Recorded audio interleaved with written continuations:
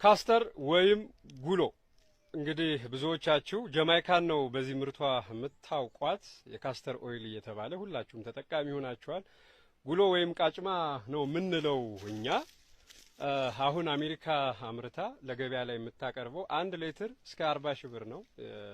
እሱንም አሊባባ ላይ ጎግል አድርጋችሁ ማየት ትችላላችሁ። በ100 ml የሚሸጠው እስከ 4000 ብር ድረስ ነው። በኢትዮጵያ $34 ነው የሚለው 100 ml የጀማይካው አሜሪካና ፕሩፉን እዛ ላይ አረጋግጡ።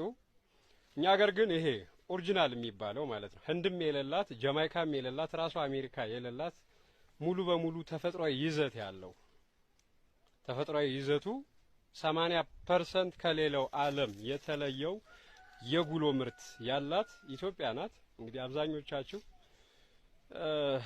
በስራ አጥነት በገቢ ማነስ ለተለያየ ኢኮኖሚ ችግር ነው የተጋለጥ ነውና ያሉን ተፈጥሯዊ በረከቶችን ግን ወደ ገበያ ብናቀርብ ችግሮቻችን ይፈታሉ ነው የኔ መልእክት። ከሰማችሁ ህንድ ሀገር ለሜዲቴሽን ብላ የላከቻቸው ይሄ ሜዲቴሽን ተብሎ የተላከ ካስተር ኦይል አሁን በየፋርማሲው 1500 ብር ይሸጣል።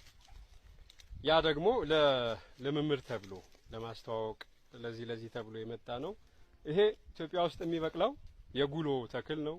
በየጓሯችሁ ስንቶቻችሁ ናችሁ ይሄን ተክል በኪሎግራም የሚሸጠው 40 ብር 70 ብር ነው አይደል?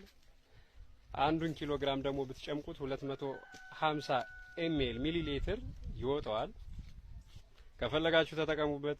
አረጋዊን ይሄኛው ተክል ሲሆን የትኛውም አይነት አደጋ ሲደርስባችሁ መቃጠል፣ የቃጠሎ አደጋ በእሳት መበላት ሊሆን ይችላል፣ በፈላ ነገር ሊሆን ይችላል። እሳት አብርድ ነው የምትባለው ይቺ ወዲያው ነው እሳት የምታበርደው። ቃጠሎ ሲያጋጥማችሁ ወዲያውኑ ለማብረድ ስትፈልጉ ሴሎቻችሁ ተቆጣጥረውት ተቋቁመውት ያን የሚያቃጥለውን ነገር እንደገና ሪከቨር እንዲያደርጉ ከተፈለገ ይሄ ተክል ወዲያው ተጨምቆ ጀል አለው። ይሄ ቅጠሉ ሲታሽ የሚልመደመድ ጀል አለው። እሱን መቀባት ነው።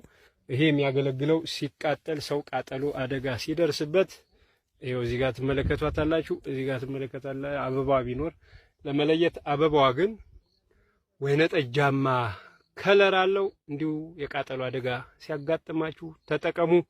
እንደተለመደው ነው። እኔ ዮሐንስ ሽፈራው ነኝ፣ የገበሬው ልጅ።